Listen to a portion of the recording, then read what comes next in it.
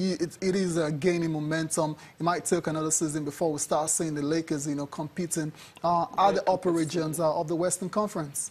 Okay, just wait and see. We'll see. Fingers crossed. Let's move on quickly, Cecilia. Let's talk about the FIFA World Cup 2018 in Russia. And there's good news for Paulo Guerrero. Yeah, I mean, when the news broke that he wasn't going to be... I mean, you help your team to qualify for the World Cup after a very long time. Yeah. And, of course, the cocaine issues and all of that, testing positive and all. And then the story came out that he wasn't going to play at the World Cup. The fans were really not happy. But this morning, I think all of them should be very happy because the news broke yesterday by FIFA saying, okay, it's been reduced. So as a result of it, he will be playing at the World Cup. Awesome news. Awesome news for Paulo Guerrero, is captain of Peru. I mean, he's done everything to help his country qualify for this World Cup. But it just looked like he was going to miss out after testing positive to a cocaine metabolite. But he's been able to appeal successfully, and that ban has now been cut, freeing him to play at the World Cup for Peru. I mean, Cecilia, Peru, they hadn't qualified for the World Cup for a long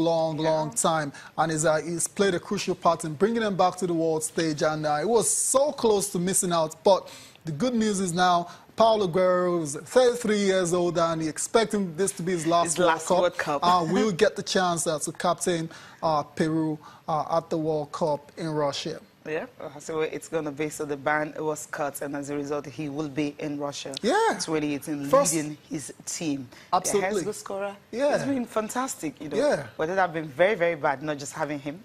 It would have been, I mean, it would have affected the team, like, on the pitch and off the pitch. He is the talisman, in that dressing room. He's the one that makes things really thick, and it's good for him that he'll get a chance to play at the World Cup. Peru returning to the big stage after 36 years. Okay, so that's it for Paulo Guerrero. Good news. Another good news coming in today is about Venus Williams. Cecilia, what's the latest? I think the fact that she will not be facing any particular charges after that incident that happened, before, I think it happened in June. In June, just before Wimbledon. Yeah.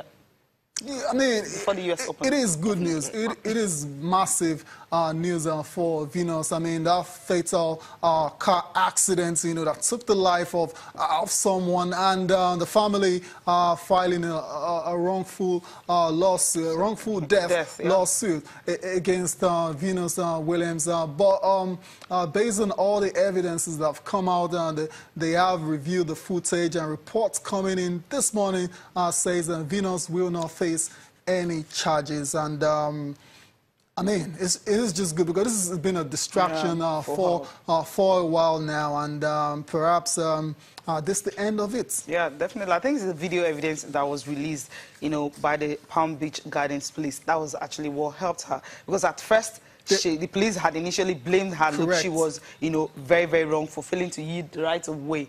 But after the video evidence released, so it showed that, okay, actually, she wasn't really, because she entered the intersection lawfully. Absolutely. And that the car, that was not really involved in the collision was the one that forced her, to stop in that intersection and all that. That was after the traffic light has changed. So, yeah, that's the couple. The man later died, but then it wasn't definitely her fault because she was on the right.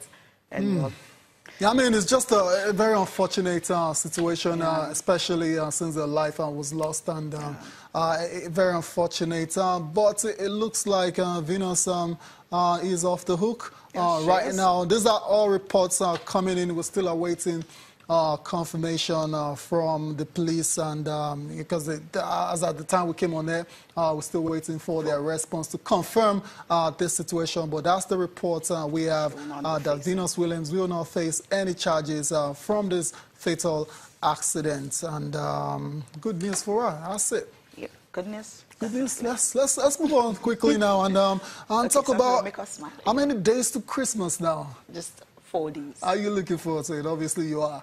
Yeah, I can see you wearing red already, and you're in the spirit. Thank you, and players in England as well. All of them. The festive period is very, very busy, right? Yeah, a lot of games to play. But it's still all the same time.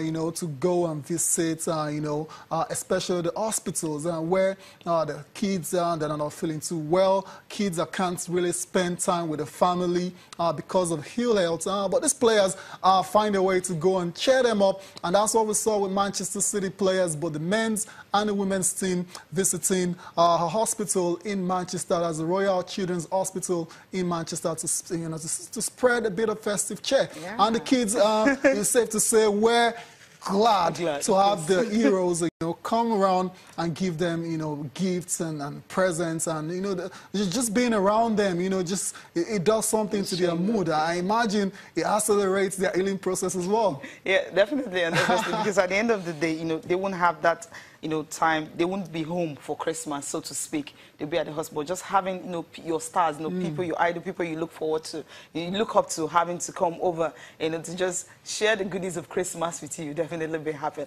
Let's see how it went down in Manchester. Okay, I think we'll just wait for that, for these Manchester City players. We'll definitely get to show you the video. It was led by Vision Company, that's the captain, and Steve Houghton. You know, these players had to split into 2 small groups and all that, you know, carrying different bundles, you know, of gifts, and, you know, just giving the present to the players, to the, you know, children, to the kids, by themselves. It's something you just look forward to, and you marvel, you know, at how, you know, these kids have been able to, you know, just... I mean, it's the joy, you know, the happiness, you know, when you just look at their faces, just knowing that they're celebrating Christmas, you know, with their, you know, top stars. It is, I mean, very, very clear. You can see it on the faces. All the way from Nigeria, the joy is palpable. You can just feel it. And it is very laudable by these players. A lot of these clubs do these things, and we saw Liverpool the last time around. United, they've done theirs as well. So I think all of them, you know, it's all about giving back to the society, with the society that has really made them. Because without that society, without the community behind these clubs, you know, the successes that they've recorded won't be the same. And that's why they have to, and they always give back to the community. And apart from giving gifts and presents and stuff, ahead of that visit, they also, you know, pledged to raise a fund where they will get to purchase, you know, specialist equipment for the hospital. That's very major. The tractor unit. Yeah. Like, okay. You know, we'll go for a break now. We'll come back. Hopefully, when we see the video, you get to see it before we close the program.